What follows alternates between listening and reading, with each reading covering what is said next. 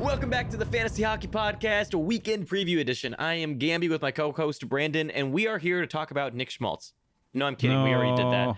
No more Nick Schmaltz talk. We promise. We know we have done too much there already. So we are not talking about Nick Schmaltz. Instead, what we're going to do is we're going to jump into the first segment of the weekend, which is our 10 takes of the week. So I'll start first here. And my first one is going to be a little shout out to Chabot, who's now on a 4-game point streak. He's doing pretty well for himself. I know a lot of people were a little bit worried that he wasn't getting in on points and everything. And these last 4 games, he's looked really, really good. Yeah, I think he was on the first unsustainably low. Yeah. He was one of the first people who really got a lot of messages about, like, what do I do about Chabot? And it's like, nothing. Yeah. Nothing. I targeted him a specific spot in draft because I thought he'd come in right at value about. And so far, he's been right about where I thought he'd be. Not fantastic or incredible, but just good enough to be very, very serviceable with stretches that are going to be, I guess, elite. I wouldn't use the word elite. Maybe like fantasy elite. All right, my first one here is, it wasn't going to just be about Donskoy, about saying he might not be a slam dunk, but after I wrote the script and before we started recording, he's already off that top line. He didn't even get to play it. So now we're talking about, I think it's Comfer up there. But yeah, Comfer. The thing is, I just get a little worried about like immediately trying to jump on the player who gets that position. Like if it was Burakovsky, I'd be interested because he's already been clicking. But if it was Donskoy or if it was Yost or if it was, I guess that's kind of the only 2 real options, right? Yeah. Or Comfer, of course, who is there now.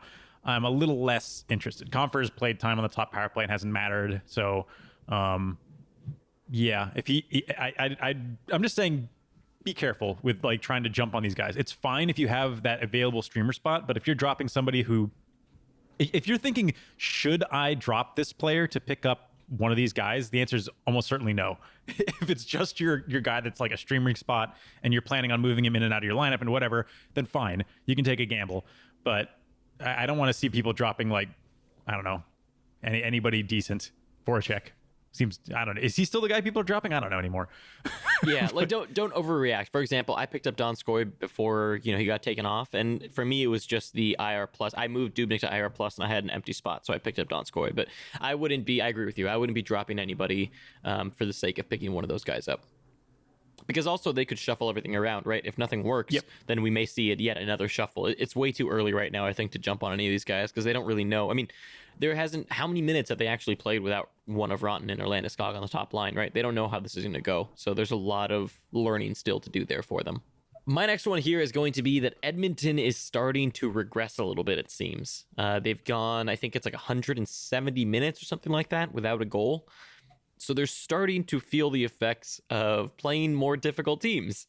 And remember how I said, I'm going to be curious to see how Edmonton reacts and how they adjust when they're not playing these easy teams and they're not shooting like crazy anymore. And so far, it has not been positive. They get outshot like crazy. They've let in quite a few goals. They look easy to play. So Edmonton to me right now is a big crapshoot. I don't really know what Edmonton team is going to come out on any given night at the moment. And I know that might feel reactionary because they've been so good for the first half here of this like beginning of the season. But remember that they were playing extremely easy teams, were over-indexed, getting a ton of luck. And so I wonder what we're going to see in these next few weeks. Yeah, the weird thing is the teams that shut them out are Winnipeg and Minnesota, who have both been horrible defensively. So yeah, that's just strange in its own right. All right, my next one here is the Rangers line blending is making it's just chaos for fantasy.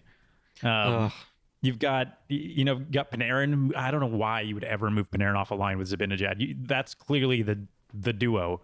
They still have Ryan Strome as second center. I think it's got to be about time to bring Hedl up, you'd think.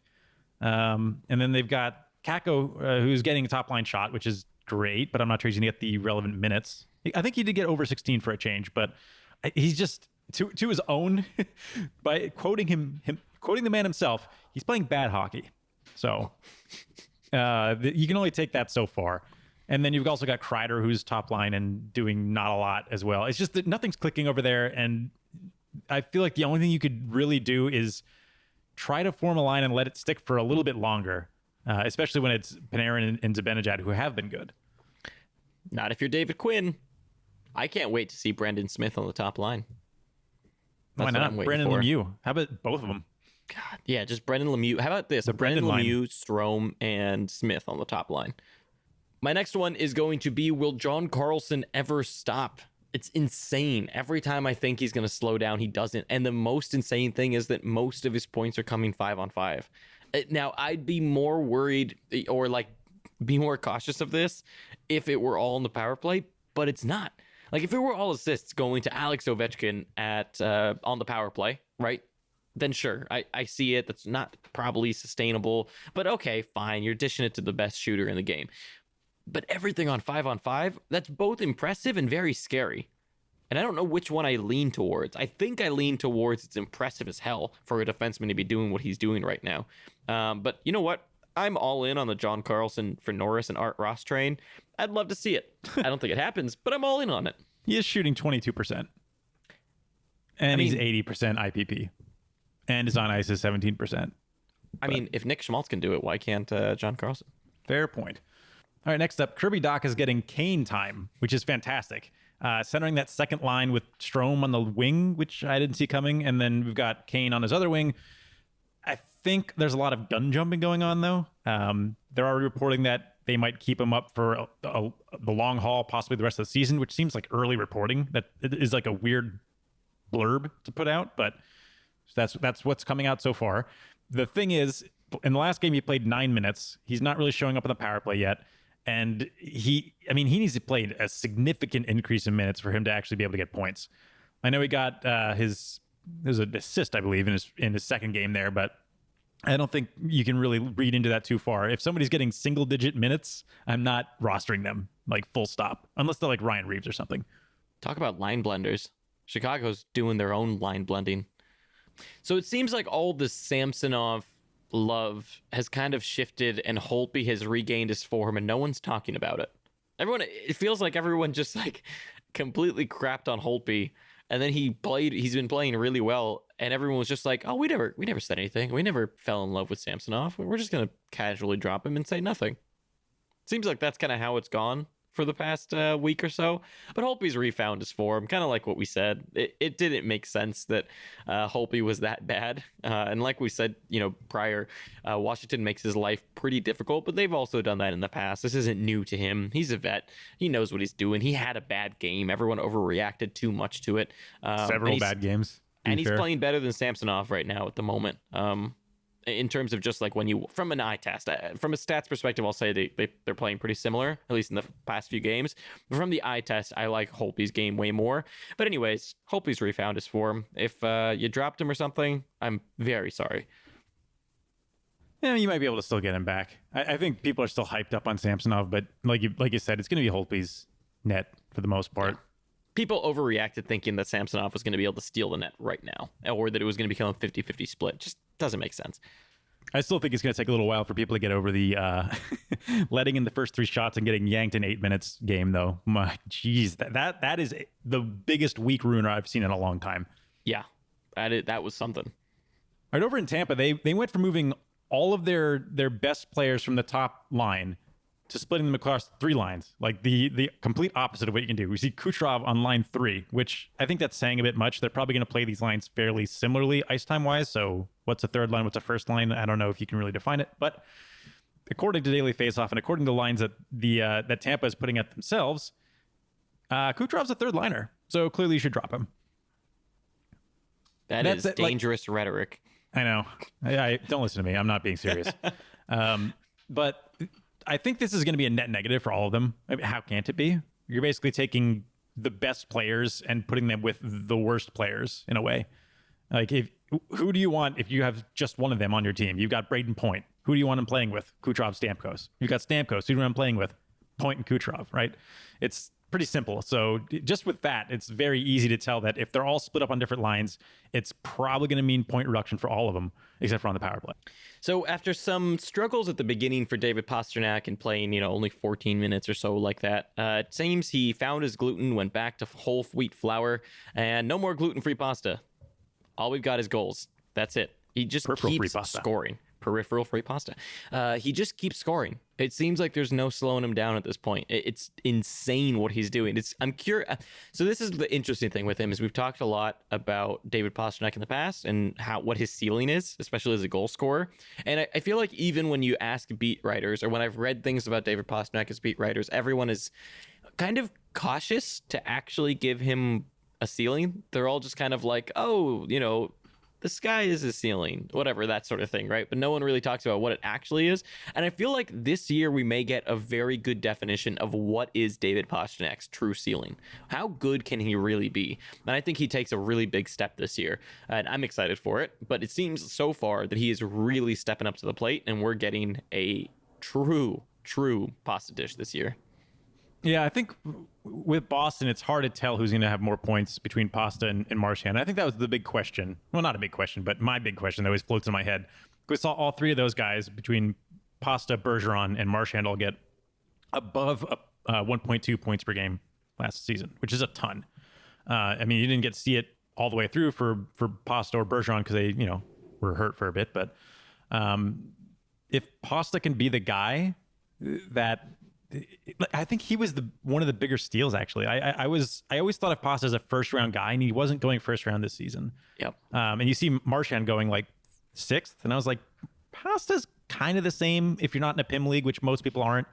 Basically the same player, except you're going to get more goals than assists, which are harder to find. So I was a little confused why Marchand was liked so much higher. Maybe it's just people were worried about injuries or whatever, but yep.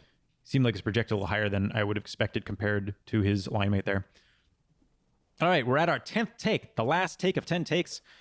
And if I were to ask you who the best Corsi 4 team in the league is, and that's basically teams taking shots, whether they're blocked, missed, or on target, which team would you think is shooting the most on average? I can tell you that I think most people would say that it's Tampa. Yeah, or most Boston, people would say or it's Toronto, Boston or Colorado. Toronto's a pretty good option too. Nope, It's the LA Kings by a margin. Wow. They are putting up 67 Corsi 4 per 60, which is the highest by quite a bit. Second is Philly with 62.5. Philly is actually really good from a Corsi perspective, but kind of rough translating so far, but we've talked about why that is with the lowest shooting percentage and all that good stuff. But it's the LA Kings, and it's kind of surprising. When I looked at that, I was like, are the Kings good? What happened? Because they certainly were not one of the best Corsi 4 teams last season. How much blame can we put on Willie D? With all that said, I think that's going to lean in. I'm going to give a little bit of a sneak preview. I've got two Kings to suggest for this weekend. So, yeah. It'll be fun. We'll get there. Let's go over the schedule first. Okay, jumping into the schedule, let's talk about teams with good matchups. So we've got two teams with good matchups here. The first one's going to be the Islanders, who plays at Ottawa and then goes home to play Philadelphia, who will be tired. So they get a tired Philadelphia at home, and then obviously Ottawa is self-explanatory there. The Kings play at home versus Minnesota and then fly over to Chicago in a back-to-back, and Chicago will also be tired. I like that matchup for them. Like how Brandon was just explaining, if you didn't know that fact that Brandon just gave, you'd think, oh, well, the Kings aren't really that good. So aren't those just like bad teams all playing each other? But the Kings, I think, are significantly better than Minnesota and Chicago at the moment, even if their record doesn't necessarily show it. So I actually like their opportunity to get points there. Maybe I don't necessarily like them for a win, but I like the opportunity for fantasy players to get points. And for teams with bad matchups, the first one's got to be Ottawa, which honestly, I almost feel bad putting Ottawa on this because I feel like they will just be a constant mainstay unless they don't have many games on a weekend like next week. But they play at the Islanders tired on Friday, I think it is. I think the Islanders will be tired on Friday. Yes, that is it. Yes, that's right. And then they play at home versus San Jose on Sunday. So not an easy schedule. San Jose, even though they let in quite a few goals at the moment, Ottawa's not exactly great at scoring. So I don't think that's going to be nice to Ottawa. And then the Isles are just hard to score on in general. And then for Anaheim, they play at Colorado, who is tired, and then at home versus the Golden Knights, and that is a back-to-back for them, and Vegas is not tired. So I expect Anaheim to have a really tough go of things there, even though Colorado will be tired. It's still not going to be easy to go to Colorado and beat them, although Anaheim has been playing well, not well enough, I think, to beat a Colorado team at the moment. And then, of course, the Golden Knights are really, really tough to play against at the moment, and being tired does not help. And then teams that play both off days, so that'll be Friday and Sunday in this situation, will be the New York Islanders, the Ottawa Senators, Vegas Golden Knights, San Jose, and Anaheim. I realized that I stopped saying team names at some point, and I don't know why that is. So moving into my first suggestion for the weekend, it's going to be Brock Nelson. We talked about him a little bit on Unsustainable, and I like his situation quite a bit. He's playing well. He's having chemistry. I know that there's someone that Brandon's going to like more than Brock Nelson from the Islanders, but I just like him as a hot hand pickup in terms of I'm not really going to want him the next week, and for now, he kind of does what I need. Actually, there is nobody I like more than him for. Oh, really? You don't like someone who's just moved up to the top line? I don't, actually. You're talking about Josh Bailey. He's not on my list. I am talking about Josh Bailey. Although I would, if you're in a points-only league, I would consider him. He just gives you no peripherals, but he is left wing, right wing. He's like 20% owned. So in a points-only league, I like it, but I don't know. He's just not an exciting player and doesn't get you anything else, where Nelson will give you peripherals if he doesn't do anything. Yep. One good thing about this weekend I wanted to kind of add in is that Saturday is not that heavy. So a couple of my guys play Saturday, but it probably might not matter. I think there's only 9 or 10 games on Saturday, which is pretty light for Saturday. How many times can I say Saturday in like one phrase or sentence? Or apparently many. Paragraph. All right. My first one here is Andreas Athanasiou. Center left wing, 18%. Been terrible all season. But he's actually got a point in his last game, or maybe it was 2 games ago. So hooray. And he's got that top power play. And I think that he might be able to do something finally. He's getting some ice time. He shoots the puck, so you'll be able to get something even if he doesn't score. And the opportunity isn't too bad for Detroit. Moving on to my next one, it'll be Vladislav Nemesnikov. I know we've talked about him a ton, but it's really hard to not talk about some kind of Ottawa Senator because they have such a good schedule this weekend in terms of just off nights. Now, the thing with Nemesnikov that I don't like entirely are 2 things. So one is, of course, the difficult schedule in the Islanders and San Jose. But if there's a player that's probably going to get in on some kind of point, it's probably Nemesnikov. With the way things have been going, he's the hottest hand to pick up. So that makes sense. And he's left wing, right wing. So why not in that scenario? The second thing I don't like about picking up Nemesnikov is that the Ottawa Senators have only 1 game next week. And because of that, it means you're very limited in terms of keeping him. Like if, let's say, you are on the fence between a player who has 4 games next week and games that you can actually start, or Nemesnikov, who has 2 games this weekend, but only 1 game next week, I would lean the player who has 1 game this week, but 4 games next week. I prefer to go it that way. Depends on what you need, though. Like if you're trying to win, if you can win this week, then I would say if you're very close in a matchup, then sure. If you're not close in a matchup, which I would say more people normally fall into a scenario where a matchup is not close enough to sacrifice starts for next week, right? And you get a big advantage next week if you can pick up a guy this week using one of your ads that have more starts next week. So I would say, like, if you're close in a matchup, then sure, go Nemesnikov, or my other suggestion is Zaitsev on defense, just because they're going to get outshot so much that the peripherals that he gives you, when a team is getting outshot as much as Ottawa does, it lends itself to more blocks and more opportunities for hits because they're in your zone more and you're trying to get the puck off of other players' sticks.